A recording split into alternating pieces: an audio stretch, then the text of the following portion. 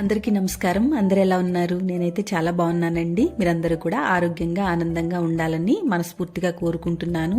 ఈరోజు అయితే చాలా టేస్టీ అండ్ హెల్దీ ఫేమస్ గోధుమ పాల హల్వా చాలా ఈజీగా టేస్ట్, టెక్స్చర్, కలర్ అన్నీ కూడా స్వీట్ షాప్లో లాగా ఎలా ప్రిపేర్ చేసుకోవాలో ఈ వీడియోలో చూపిస్తాను.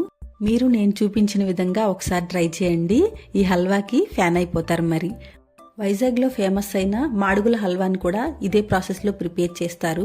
మరైతే అలాంటి ఫేమస్ హల్వాని ఇంట్లోనే ఈజీగా ఎలా ప్రిపేర్ చేసుకోవాలో చూద్దాము. ముందుగా దీనికోసం 1 కప్పు గోధుమలను తీసుకున్నాను. వాటిని 2-3 సార్లు శుభ్రంగా క్లీన్ చేసుకుని నీళ్ళల్లో నానబెట్టుకోవాలి. ఒక రోజంతా నానిన తర్వాత ఆ వాటర్ని వంపేసి మళ్ళీ 2-3 సార్లు వీటిని శుభ్రంగా కడుక్కున్న తర్వాత మిక్సీ జార్లోకి తీసుకుని 1 గ్లాస్ వాటర్ యాడ్ చేసుకుని మెత్తటి పేస్ట్ లాగా గ్రైండ్ చేసుకోవాలి.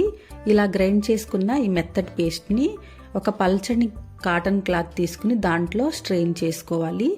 చూస్తున్నారు కదా, ఇలాగా క్లాత్లో వేసేసి గట్టిగా పిండేయాలన్నమాట.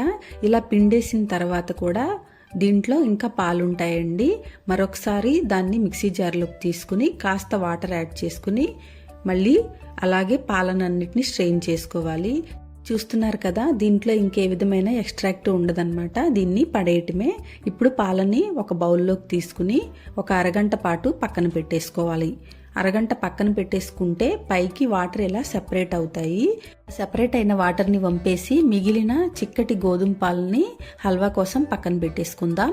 ఇప్పుడు స్టవ్ వెలిగించుకుని ఒక బౌల్ పెట్టుకుని దీనిలోకి 1 కప్పు బెల్లం, 1 కప్పు వాటర్ కూడా యాడ్ చేసుకుని దీన్ని కరిగించుకుని పక్కన పెట్టుకోవాలి. ఇప్పుడు అడుగు మందంగా ఉన్న ఒక కడాయి పెట్టుకుని దీనిలోకి 1/2 కప్పు బెల్లం, కొన్ని వాటర్ యాడ్ చేసుకుని దీన్ని క్యారమలైజ్ చేసుకోవాలి.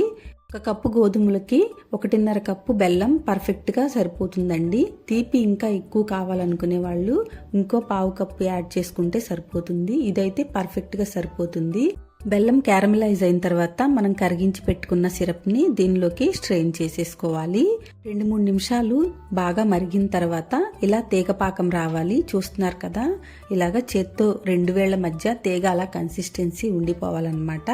అలా వచ్చిన తర్వాత ఇప్పుడు మనం ప్రిపేర్ చేసుకున్న గోధుమ పాలని దీనిలోకి కొంచెం కొంచెంగా యాడ్ చేసుకుంటూ కంటిన్యూస్గా కలుపుకుంటూ యాడ్ చేసుకోవాలి. గరిటెతో కలుపుతూనే ఉండాలి, లేకపోతే ఇది అడుగు పట్టేస్తుంది. చూశారు కదా, ఇలాగా ఒక 10 నిమిషాల తర్వాత ఇలా చిక్కబడిపోతుంది. ఇప్పుడు దీనిలో 1 స్పూను నెయ్యిని యాడ్ చేసుకుంటూ కలుపుతూ ఉండాలి. ఇలా కలుపుతూ ఉన్నప్పుడే ఈ నెయ్యిని ఇది అబ్జార్బ్ చేసుకుంటూ ఉంటుంది. 1/2 కప్పు వరకు నెయ్యి దీనికి పడుతుంది. ఇలా అబ్జార్బ్ చేసుకున్నప్పుడల్లా 1 స్పూన్ నెయ్యి యాడ్ చేసుకుని కంటిన్యూస్గా మిక్స్ చేసుకుంటూ ఉండాలి. ఈ ప్రాసెస్కి మనకి 15 to 20 మినిట్స్ టైం పడుతుంది. ఈలోపు మరొక స్టవ్ వెలిగించుకుని ఒక ప్యాన్ పెట్టేసుకుని 1 స్పూన్ నెయ్యి వేసుకుని దీనిలోకి సన్నగా కట్ చేసుకున్న బాదం ముక్కల్ని ఫ్రై చేసుకోవాలి. వేగాక తీసి పక్కన పెట్టేసుకోవాలి. జీడిపప్పు ఉన్నా కూడా యాడ్ చేసుకోవచ్చు. చూడండి, ఈ చివరన బయటకు వస్తుంది కదా, ఈ హల్వా కూడా ప్యాన్ నుంచి సెపరేట్ అయిపోతుంది అనమాట. ఇప్పుడు మన హల్వా రెడీ అయిపోయినట్లే. దీన్ని స్టవ్ ఆఫ్ చేసేసుకుని ఒక ప్లేట్లోకి తీసేసుకోవటమే. చూడండి, కన్సిస్టెన్సీ ఇలా ఉండాలన్నమాట. మనం చేత్తో తీసుకుంటే ఇలాగా ఉండలాగా రావాలి. మరింత టేస్టీ గోధుమ పాల హల్వా మీరు కూడా ఒకసారి ట్రై చేసి ఎలా వచ్చిందో కామెంట్ చేయండి. ఈ వీడియో కనుక మీకు నచ్చినట్లయితే లైక్ చేయండి, షేర్ చేయండి, మన ఛానల్కి సబ్స్క్రైబ్ చేసుకోండి. Thanks for watching.